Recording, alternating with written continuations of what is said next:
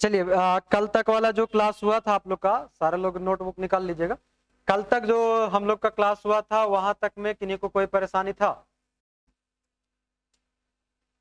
कल तक हम लोग क्या क्या पढ़ लिए थे? पाषाण काल ये सबको हम लोग बांट लिए थे, है ना? पाषाण काल इन सभी को हम लोग बांट लिए थे। यहाँ पर जिस तरह से ये तीन चीज को हम लोग देख चुके थे, प्रागैतिहासिक काल या पाषाण काल को हम लोगों ने पढ़ा था, ठीक है। इन सबको पढ़ा था, जिसमें पूरा पाषाण काल, मध्य पाषाण काल और नव पाषाण काल की चर्चा हम लोगों ने कर रखा था। फिर हमने बोला था कि पहले इसको जानेंगे, पर इसको जानने से पहले आई थिंक आप लोगों को ये नहीं लिखाया गया था, प्रागैतिहासिक काल, आधे ऐतिहासिक काल और ऐतिहासिक काल, ये लिखवाए थे नहीं ना?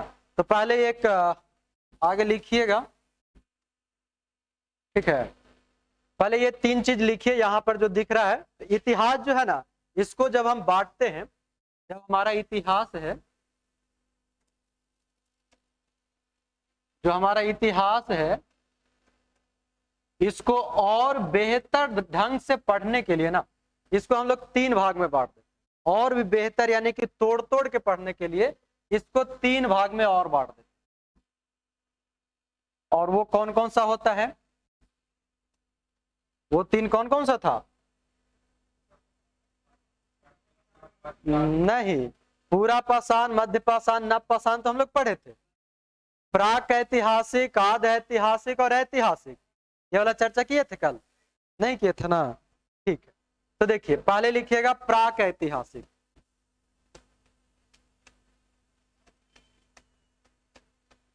एक लिखेंगे प्राक ऐतिहासिक, दूसरा लिखेंगे आध ऐतिहासिक,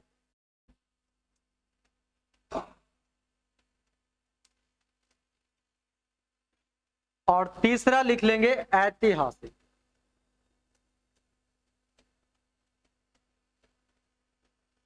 राइटिंग नहीं समझ में आएगा बोलिएगा, या फिर जो बोलते हैं बोल करके उसको लिखने का प्रयास कीजिएगा, ठीक है। क्योंकि ये वाले भी बोर्ड का इस तरह से इस पे आदत नहीं है, धीरे धीरे बन जाएगा, फिर सुधर जाएंगे, है ना?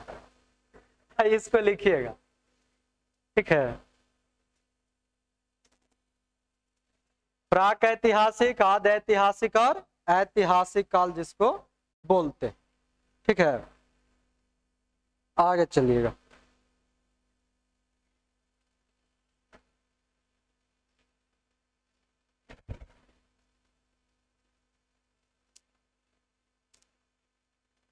आगे आप लोग लिखिएगा। अब देखिए, प्रागैतिहासिक काल, आध ऐतिहासिक काल और ऐतिहास का जो पीरियड बांटा जाता है, इसमें समझिएगा एक पॉइंट।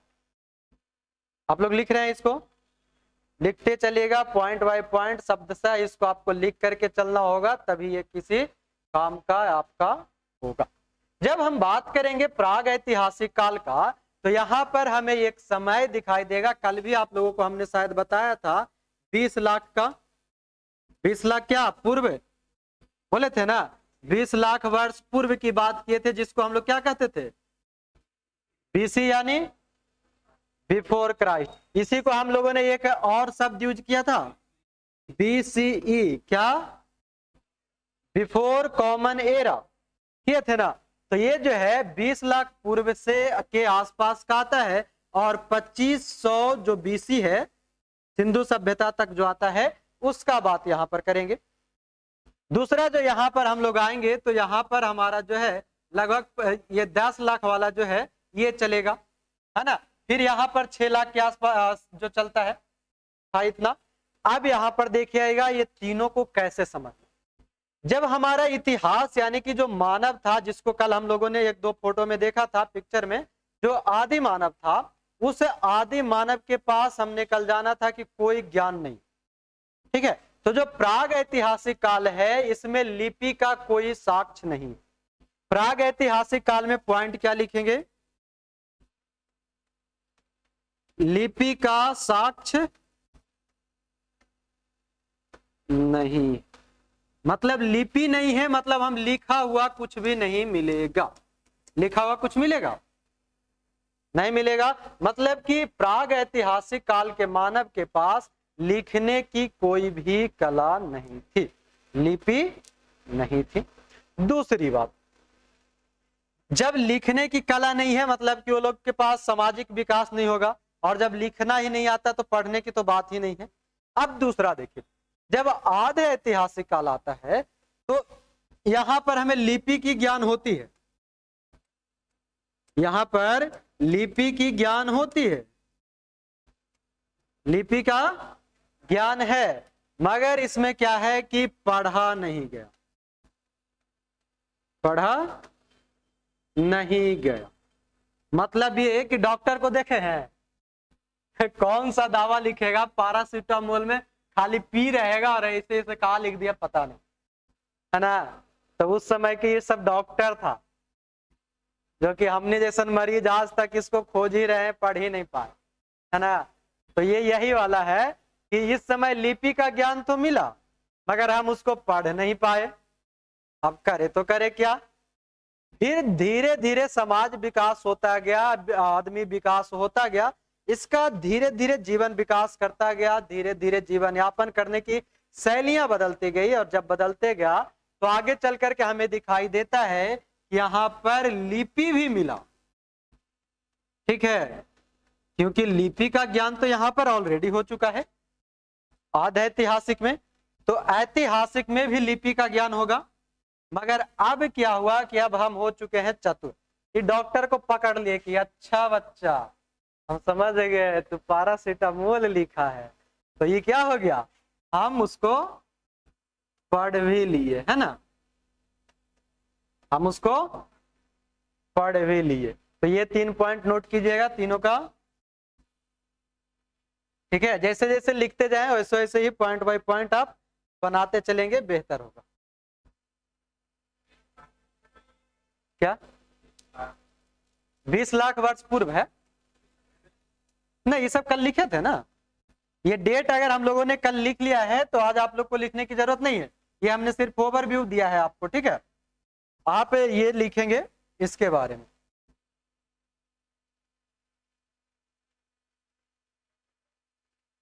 हटे।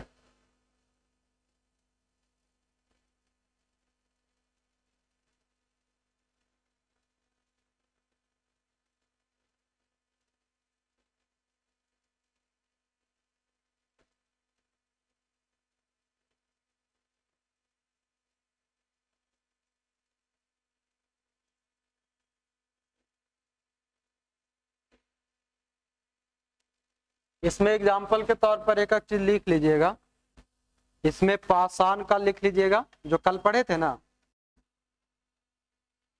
और इसमें लिख लीजिएगा सिंधु और वैदिक सभ्यता, सिंधु घाटी सभ्यता और वैदिक सभ्यता,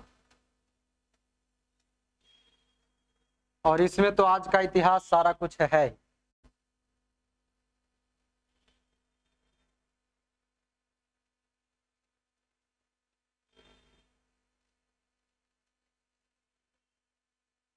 मोहनजोदाड़ो, हाँ, ये सिंधु घाटी का एक पार्ट है मोहनजोदाड़ो, जो कि सबसे बड़ा माना जाता है। यहाँ पर सबसे बड़ा एक अन्नागार ये सभी मिलता है। इस पर वो किसका है, ऋतिक रोशन का ना। हाँ। तो देखिए ऋतिक रोशन का मूवी था, एक इतिहास बता रहा था, उस इतिहास को कोई पसंद नहीं किया। कोई देखा है इसमें से कितने लोग हैं जो देखे हैं? आप देखे हैं? हम भी नहीं देखे, हम भी नहीं देखे, है ना। तो थोड़ा ज्यादा ही ब्रॉड कर दिया था, इस कारण से हम उसको देखने का प्रयास किए, करीब आधा घंटा तक देखे, मगर वो कहां से कहां पहुंचा रहा था, कुछ लिंक जुड़ ही नहीं रहा था, इस कारण से पूरा नहीं देख पाया। ठीक है, ये हो गया। लिखिएगा जल्दी जल्दी, आप लिख लिए? सुनाई जा रहा है मेरा आवाज? हाँ, नहीं सुनाई देगा तो इधर सारा बेंच खाली है, आगे बैठा कीजिएगा। पीछे का एक पंखा फालतू में चल रहा है कि नहीं चल रहा? आप 2 लोग इधर बैठ जाते तो 2 बिजली बचता कि नहीं बचता? और बिजली बचता तो आपका जनरेशन सुधरता कि नहीं सुधरता? सुधरता ना। ये वाला जो बिजली बचेगा, ये बिजली कहाँ जाएगा? बचल बचल एक बूंद बूंद से घड़ा भरते जाएगा, वैसे ये बचते बचते एक दिन जब हमारा अगला जो पीढ़ी आएगा उसके पास काम आएगा, है ना। इसलिए बिजली बचावल कीजिए, पानी बचावल कीजिए तो काम आएगा। हाँ जी पढ़ाएंगे ना, जीके जीएस दोनों पढ़ाएंगे। ये हो गया।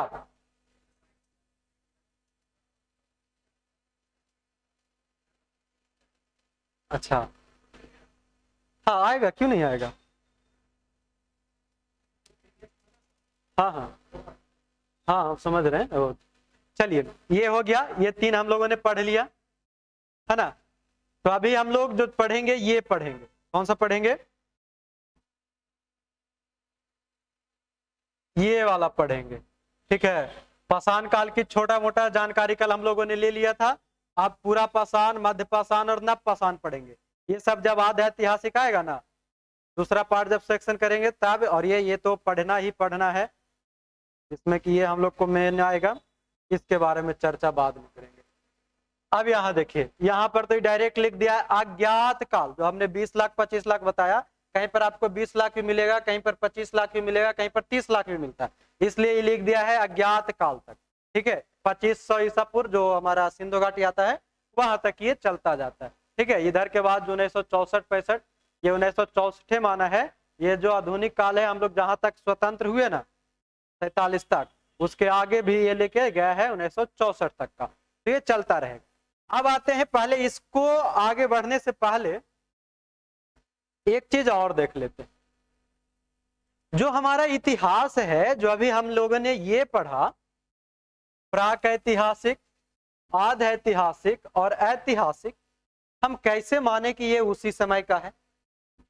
हमारे पास तो कोई स्रोत नहीं था, कोई ऐसा प्रमुख साक्ष्य था नहीं। आपने मोहनजोदड़ो का नाम सुना होगा, कालीबंगा का नाम सुना होगा, धौलावीरा का नाम सुना होगा, ये सभी जगह का नाम सुना होगा। मेसोपोटामिया की सभ्यता सुना होगा। ये सभी जो सभ्यता है, इसका पता कैसे चला कि हाँ ये इस जगह का इस समय का होगा। तो कुछ कुछ प्रमाण मिलते हैं, राइट है ना।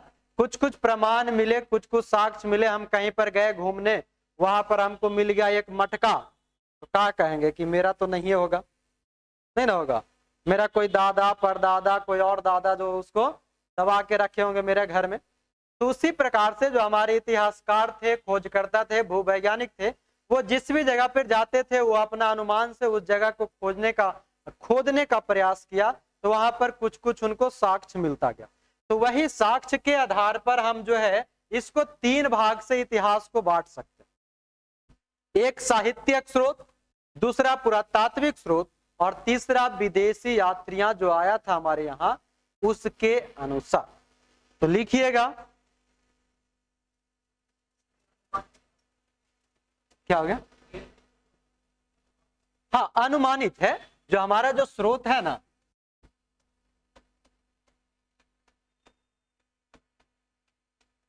लिखते चलेंगे एक एक पॉइंट को। ठीक है, इतिहास का जो स्रोत है इसे भी 3 भागों में बांटेंगे। मुख्य रूप से तो ऐसे 2 ही है कि साहित्यिक और पुरातात्विक।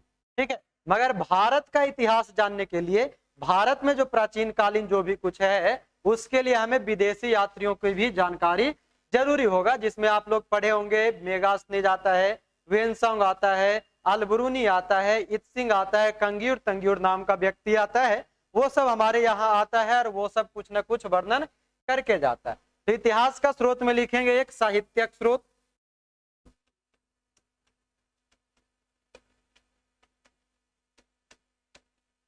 साहित्यिक स्रोत, पुरातात्विक, गलती लिख देगा जी, हिंदी लिखने आता है ना आप लोग को, गलती होगा तो आप अपना सही से लिखिएगा। हाँ हम बिहारी है ना। पुरातात्विक स्रोत, हमने के हिंदी होना मजबूत रहेगा तो फिर काम मजबूत रहेगा, इंग्लिश तो डमाडोल है ये। और उसके बाद विदेशी स्रोत,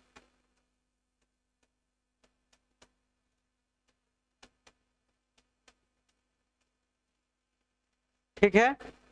साहित्यिक स्रोत, पुरातात्विक स्रोत, विदेशी स्रोत, यहां तक ठीक है।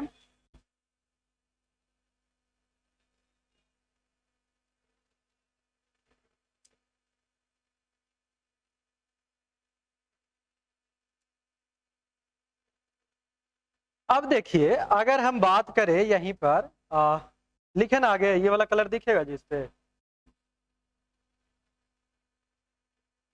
नहीं दिखता ना, ब्लैक सही रहेगा ना। चलिए अब देखिए जैसे हम साहित्यिक स्रोत की बात करते हैं तो इसमें कुछ कुछ पॉइंट लिख लीजिएगा। साहित्यिक स्रोत कहने का मतलब ये होता है कि आपने वेद, उपनिषद, पुराण इन सब के बारे में जाने होंगे, जानते हैं ना। तो जो ये साहित्यिक स्रोत है इसमें हमारा सारे के सारे वेद आ जाते हैं, जो ब्राह्मण ग्रंथ होते हैं, ब्राह्मण ग्रंथ हैं, उपनिषद है, इन सभी के बारे में आगे चर्चा करेंगे। कितने उपनिषद है, कितने पुराण है, इन सभी के बारे में, कितने वेद हैं, कितने ब्राह्मण ग्रंथ है, ये सब के बारे में। तो वेद है, ब्राह्मण ग्रंथ है, उपनिषद है, पुराण है, रामायण है, महाभारत है। देखिए उपनिषद जो है ना ये वो ग्रंथ है, किताब है, ठीक। उसमें हमारा पौराणिक कथाएं सारा कुछ शामिल करके रखा गया है। जिस प्रकार से आप पुराण को पढ़ेंगे कि 18 गो पुराण होता है, उसी प्रकार से ये सभी के सभी जो है एक किताब है, ग्रंथ है, जहां पर हमारा पीछे की जो इतिहास है, कुछ वैदिक काल की जो भी कुछ आप कह सकते हैं कि समाहित किया गया है। जैसे रामायण पढ़े हैं, महाभारत का गीता पढ़े हैं, देखे हैं, सुने हैं, है ना।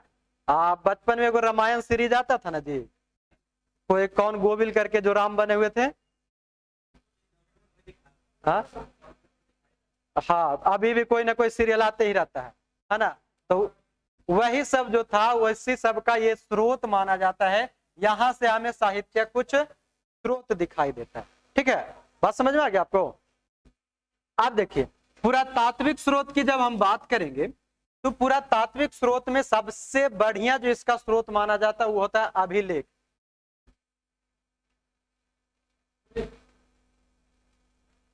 नींद में है आप जी, क्या हो गया, पूरा आंख देखिए लाल करके रखे, क्या कर रहे थे रात भर, हाँ जाइए आंख धो लीजिए, पानी पी लीजिए। आज पानी नहीं है कि आपको पानी देंगे हम, कोई एक बोतल है तो बोतल में पानी ले आइए, ठीक है, पानी ले आइए, ठीक है। देखिए पुरातात्विक स्रोत का बात करते हैं, ठीक है। अब पुरातात्विक स्रोत में सबसे बढ़िया जो हमें दिखाई देगा वो आपको दिखाई देगा अभिलेख, ठीक है। अभिलेख जिसको कहते हैं उसको, उसके अध्ययन को कहा जाता है इपिग्राफी। अभिलेख के अध्ययन को क्या कहते हैं, हाँ अशोक का अभिलेख आएगा, भाबरू अभिलेख आएगा, बहुत सारा अभिलेख आता है, एरन अभिलेख आता है। उन सभी अभिलेख से हमें ये सभी पुरातात्विक स्रोत मिलेगा। उसके साथ साथ मोहर मिलेगा। मोहर समझते हैं, जो ठप्पा मारता है जी, ऐसे करके वो गोल इसमें रहता है ना, ऐसे डंटिया लगा हुआ, ठप, वही वाला, ठीक है। उसके बाद सिक्का, मतलब जो कुछ धातु वगैरह का जो सिक्का ढाला हुआ रहता था, जैसे उस पर कुछ न कुछ एक आकृति बनाया हुआ रहता था। एक तरफ किसी का अपने शासन काल का कोई शासक का ही रहता था, जैसे समुद्रगुप्त का मिलेगा, फिर हमारा सातवाहन के समय का सिक्का मिलेगा सोना का, फिर सीसा का, इस तरह से सिक्का मिलता है। तो ये हो गया सिक्का। उसके बाद विदेशी स्रोत की जब बात करेंगे, विदेशी स्रोत में तो बहुत सारे अलग अलग देशों से, अलग अलग प्रांतों से हमारे यहाँ आते हैं लोग, ठीक है। तो इस चीज को पहले लिख लेते हैं हम लोग, उसके बाद पीछे की कहानी को चलेंगे नवपाषाण पूरा पाषाण काल में। तो विदेशी स्रोत को एक एक करके आप लोग लिखना शुरू कीजिएगा। पहले ये इतना लिखिए, विदेशी स्रोत में हम लोग आगे लिखेंगे, ठीक है। पहले ये इतना लिखिए,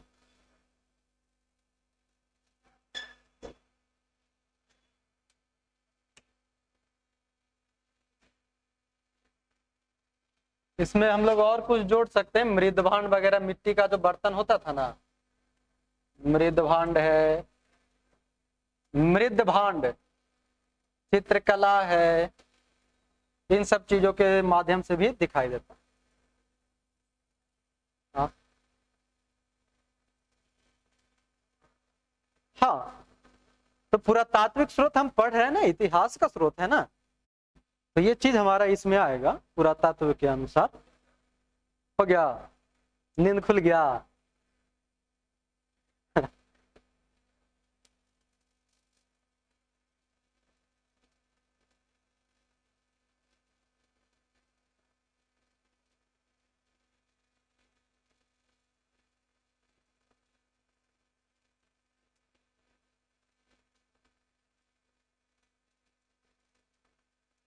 बढ़ा जाए आगे।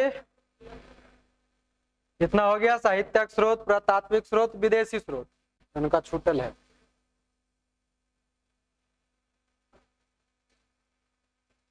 ये वाला नहीं काम करता इस पे ना। आप लोग को ऐसा टच पेन बनाने आता है? सैमसंग का नहीं, खुद से बना सकते हैं आप लोग? हम बना सकते हैं। नहीं पता है? अरे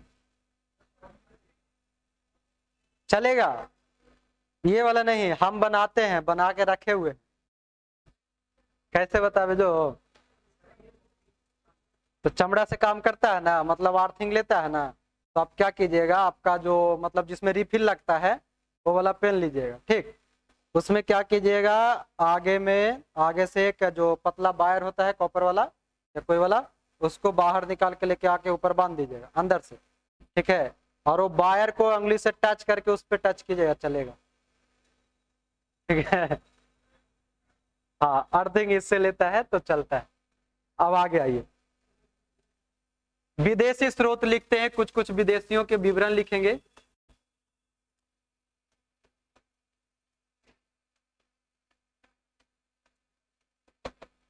एक क्या करके लिखेंगे, पहला लिखते हैं चीनी यात्री, ठीक है।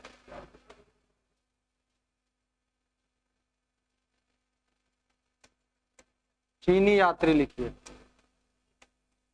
मतलब चीन से आने वाला यात्री, ठीक है। कौन फोन कर रहा है भाई?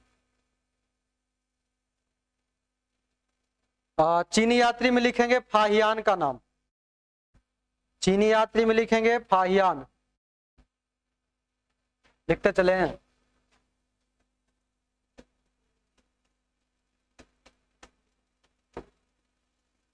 चीनी यात्री के अंतर्गत पहला व्यक्ति का नाम लिखेंगे फाहियान, ठीक है।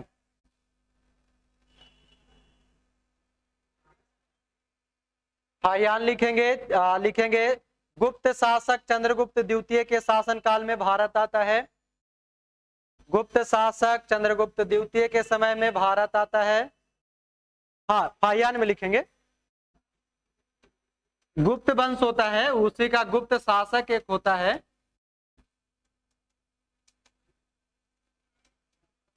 चंद्रगुप्त द्वितीय, ठीक है। रुके, ठीक। गुप्त शासक चंद्रगुप्त द्वितीय के शासन काल में भारत आता है, ठीक है।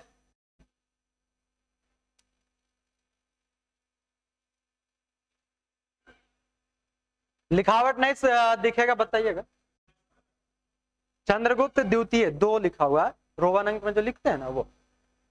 उसके बाद लिखेंगे कि, चलिए आराम से लिखेंगे, लिख ही देते, मध्य प्रदेश के, हाँ जी, सामाजिक जीवन के बारे में बताता है, मध्य प्रदेश के सामाजिक जीवन के बारे में बताएगा। लगभग 14 वर्षों तक भारत में रहता है। अच्छा अच्छा, रुकिए रुकिए, हम समझ रहे हैं, आप लोग नहीं देख पा रहे। अब लिखिए चंद्रगुप्त द्वितीय, आप समझ में आया? मतलब एगो चंद्रगुप्त पहले भी होता है, ये चंद्रगुप्त द्वितीय है, दूसर का चंद्रगुप्त है जो कि गुप्त शासक वाला। ये 14 वर्ष तक भारत में रहता है लगभग, ठीक है, लगभग लगा लीजिएगा। और इसका एगो किताब है, कौन सा? मतलब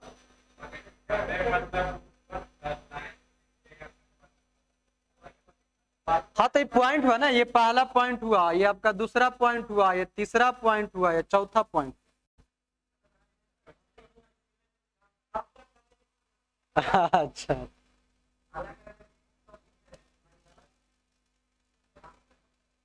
अच्छा अच्छा, ठीक है, आप पॉइंट भी लिख देंगे, ठीक है।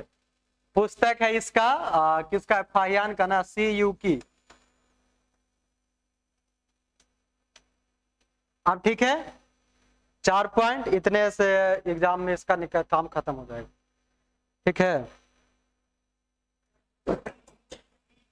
CU की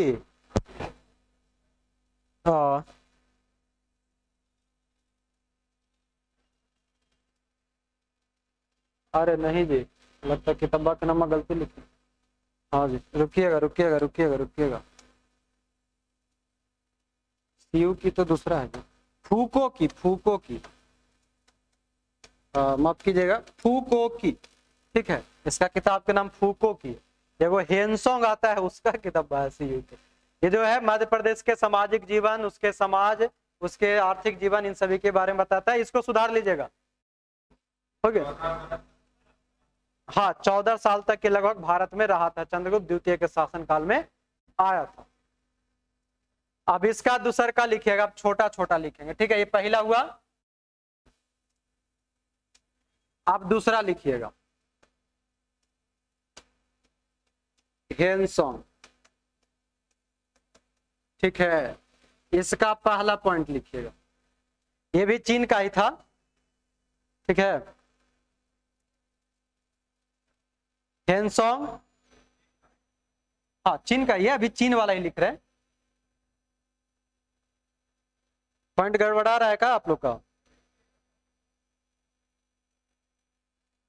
इसमें लिखिएगा, हर्षवर्धन के शासनकाल में आया।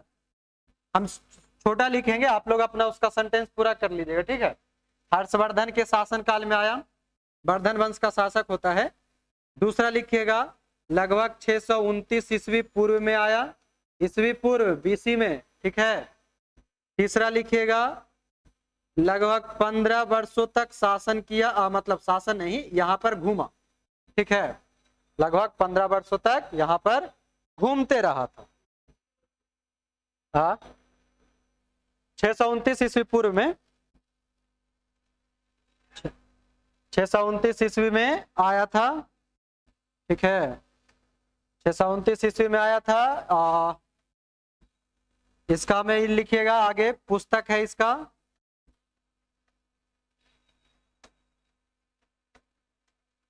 CU की, नहीं नहीं, भारत में रहा था, भारत में। लगता है अब आप उनको पूरा लिखे पड़ेगा क्या, शब्द को पकड़ के रखिएगा, ठीक है। पुस्तक CU की, और पांचवा लिख लीजिएगा, नालंदा विश्वविद्यालय, जानते हैं?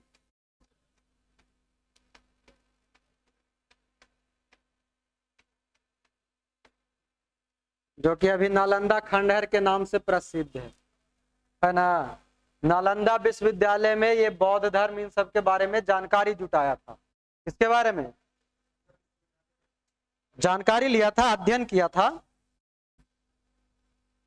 नालंदा विश्वविद्यालय बिहार के जिला नालंदा के अंतर्गत है। नहीं, प्रचार नहीं, यहाँ पर पढ़ाई किया था, अध्ययन किया था, ठीक है, अध्ययन किया था। और अगर कभी पूछ ले कि उस समय गुरु कौन था इसका, जिसको आचार्य उस समय बोला जाता था, तो आचार्य जो है ये शीलभद्र थे, ठीक है। आचार्य कौन था? शीलभद्र थे, ठीक। हर्षवर्धन के शासन काल में 629 ईस्वी में आया था, 15 वर्षों तक भारत में रहा था। पुस्तक का नाम है CU की, नालंदा विश्वविद्यालय में अध्ययन किया था। आचार्य उस समय, इसको पढ़ाने वाला कौन था? शीलभद्र।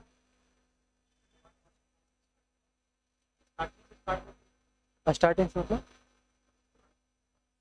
पूरा पसंद करेंगे, पहले इसका स्रोत जान लेते हैं, ठीक है, वो उस पे करेंगे। ये नहीं डगमगाएगा, आप देखिए जैसे ये पढ़ रहे थे ना हम लोग, ठीक है, तो ये पढ़े तो विदेशी यात्री अगर तब तक नहीं पढ़िएगा तो दिक्कत होगा ना। तो पहले इसको पढ़ लेते हैं क्या, उसके बाद फिर वहां पर चलेंगे हम लोग, तीनों पाषाण काल जो है वहां पर चलेंगे, ठीक है। आगे लिखिएगा, हर्षवर्धन वाला हो गया। एक आता है इत सिंह, खाली नाम लिख लीजिए, इत सिंह तीसरा नंबर पे, चीनी यात्री ही है। कौन सा है, दिखा रहा है ना जी, तीसरा नंबर का लिख लीजिएगा, इत सिंह, चीनी यात्री है इत सिंह।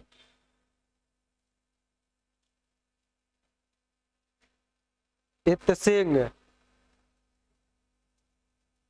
इसमें आप लिख सकते हैं नालंदा विश्वविद्यालय और विक्रमशिला विश्वविद्यालय, सुने नाम।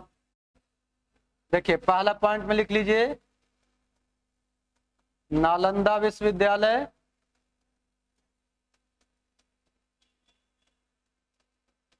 नालंदा विश्वविद्यालय और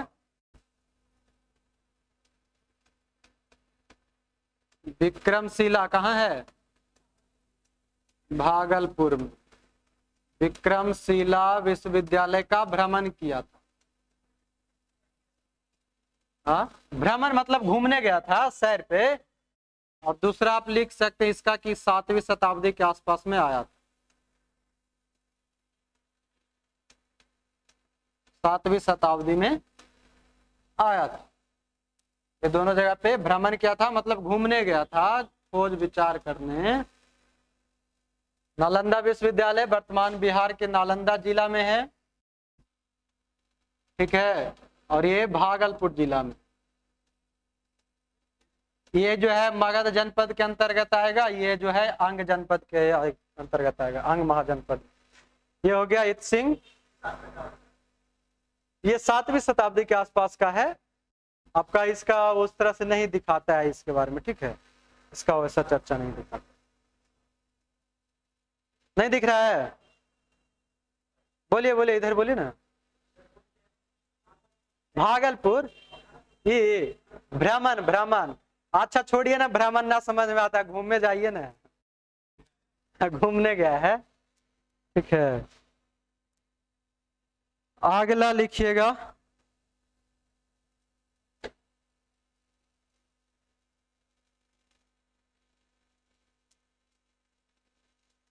हो गया।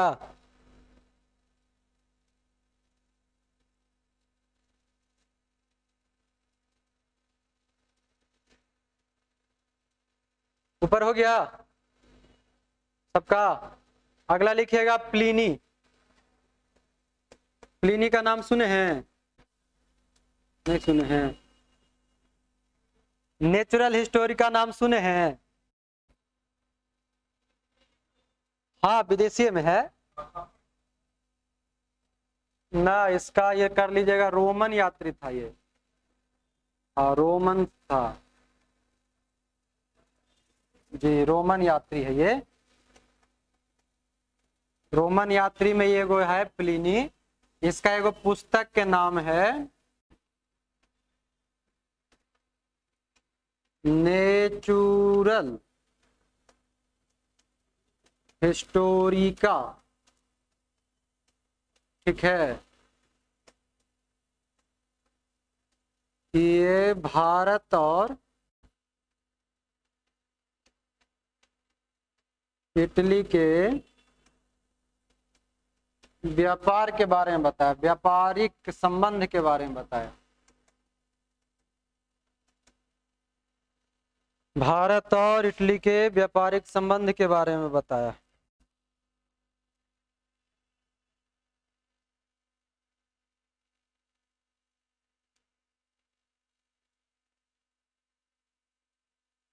नेचुरल हिस्टोरिका,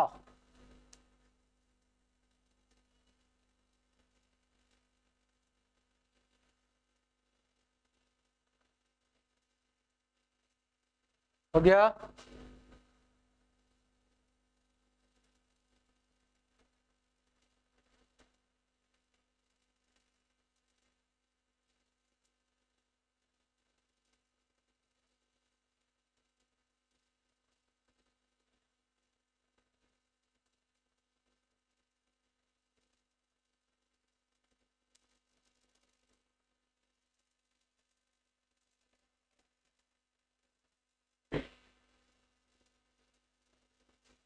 ये घड़ी फास्ट है क्या ये, है ना?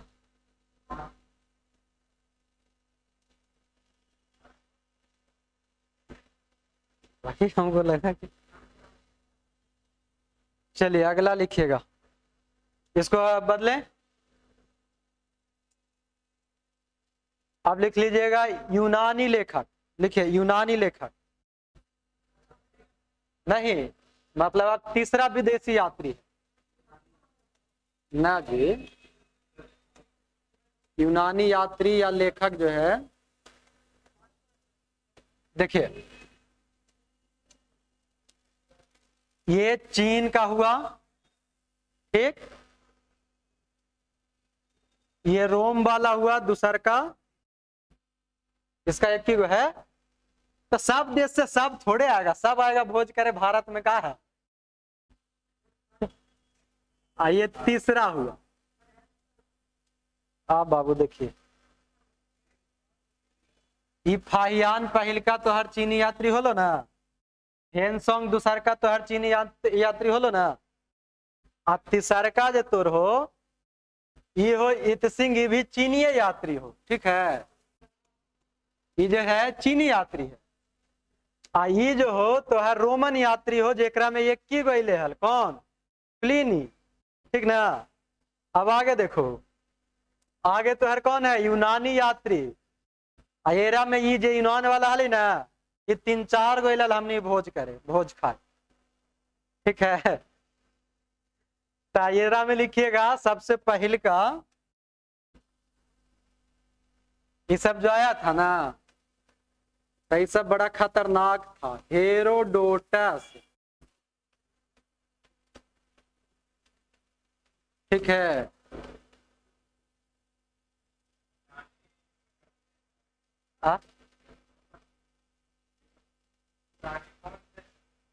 यूनान वाला जो यूरोप देने वाला आता है ना, इटली ईरान ये सब वाला उधर है। हेरोडोटस हिस्ट्री के पिताजी, हाँ हिस्ट्री के बाबूजी यही है, जिसको पढ़ रहे हैं ना उसके बाबूजी यही है, हेरोडोटस, इतिहास का पिता, लिखिएगा।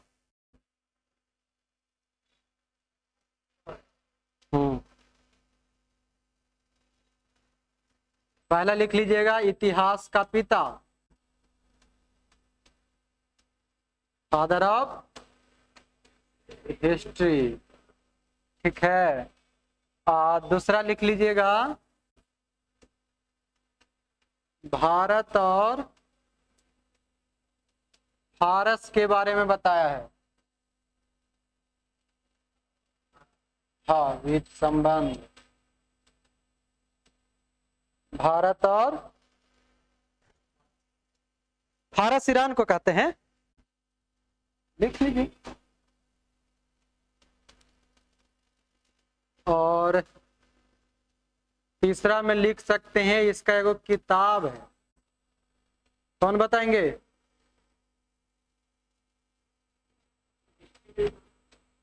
हिस्टोरिका, किताबा के नाम को ची है हिस्टोरिका।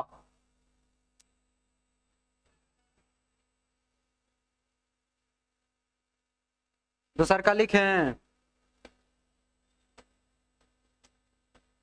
मेगास्थनीज, नाम सुने हैं ना? हाँ नम्मा तो सुनल रहे करेगा, ऐसा तो ना है ना जी कि हमने उठ करके डायरेक्ट ये लिए, या जैसे पहले पहला दूसरा तीसरा इंटर ग्रेजुएशन करके ना आए हैं, तो याद रहे न रहे, नाम सुना सुना सा लगेगा, है ना? चलिए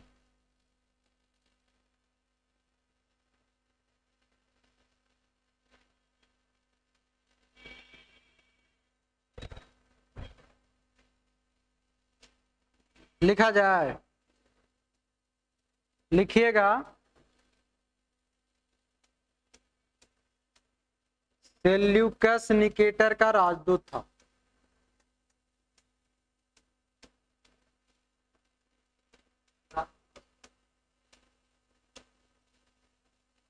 हाँ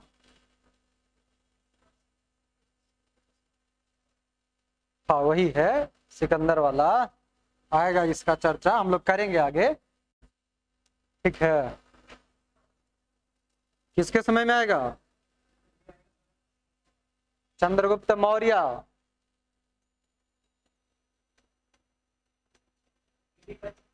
जी, चंद्रगुप्त मौर्य के समय में आएगा।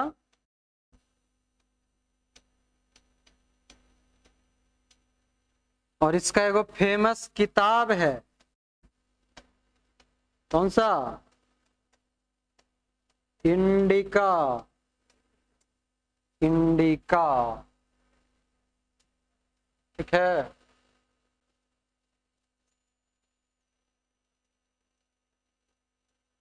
समझ में आ रहा है पीछे बैठे हुए हैं जिनको?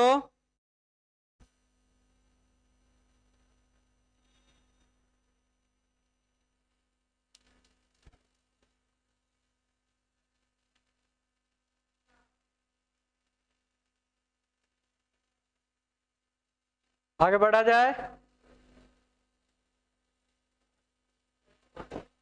टाइम हो गया। अच्छा, इसको पूरा कर लेते। तीसरा लिखिएगा, डाइमेकस।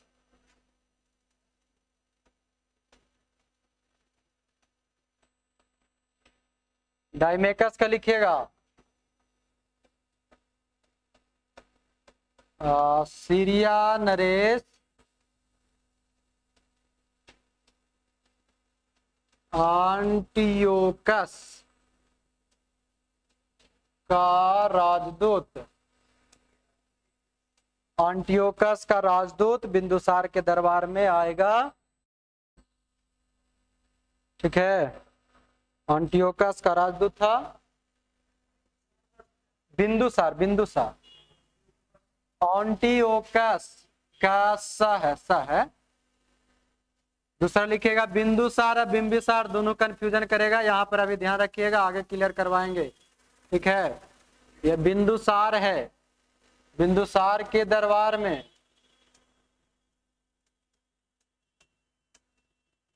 ठीक है। और ये मौर्य युग के बारे में विवरण देता है।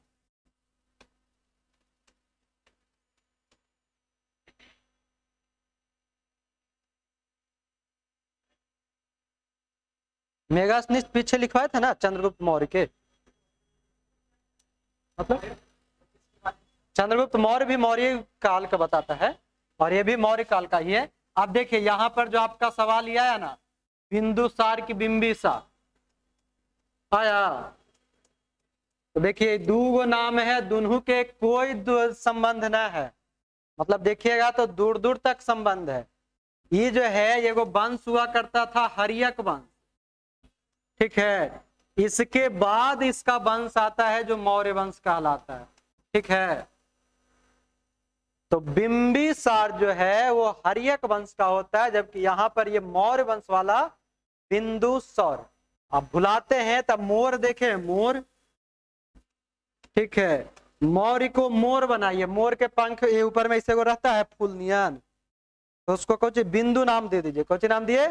बिंदु। तब बिंदु कौन है? मौर्य वंश वाला बिंदु, ठीक। चलिए अगला लिखिएगा, एक और नाम है चौथा, टॉलमी लिख लीजिए। सीरिया नरेश एंटियोकस,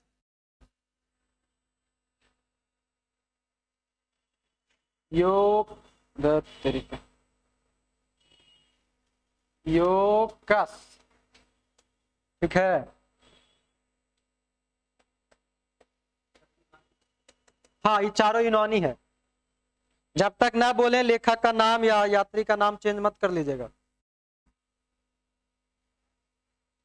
टॉलमी में लिखिएगा, इसका एक पुस्तक है भारत का भूगोल।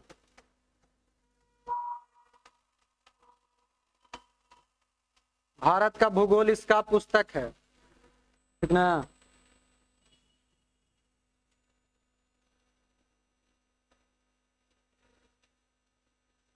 और ये जो है इसके बारे में कुछ नहीं है, ये भारत के बारे में जो विवरण है वो देता है, भारत का विवरण, ठीक है, इतना ही देता है। हो गया।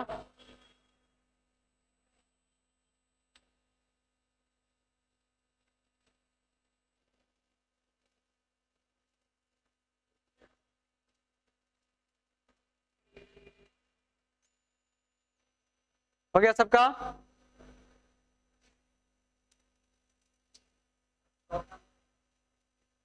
चौथा टॉलमी का लिखिए ना, टॉलमी का ये था ना, भारत का भूगोल।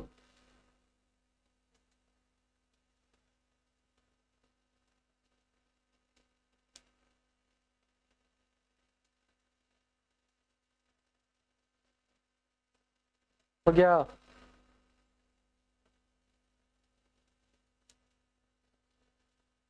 तो ये विदेशी यात्री में आज हम लोग कौन कौन पढ़ लिए, इसको याद रखिएगा। चीनी यात्री पढ़ लिए, कल इसका पहले रिकॉल करवाएंगे, उसके बाद सब याद करके आइएगा, ठीक है? ना याद करके आइएगा, बात फेंक फेंक के मारेंगे, ठीक ना? चीनी यात्री हो गया है, रोमन यात्री हो गया है, और यूनानी यात्री हो गया। कल एक दो और अरब ये सब के बारे में पढ़ेंगे। तो ये इतना आज हम लोग पढ़ लिए, ठीक ना? कोई दिक्कत यहाँ तक में?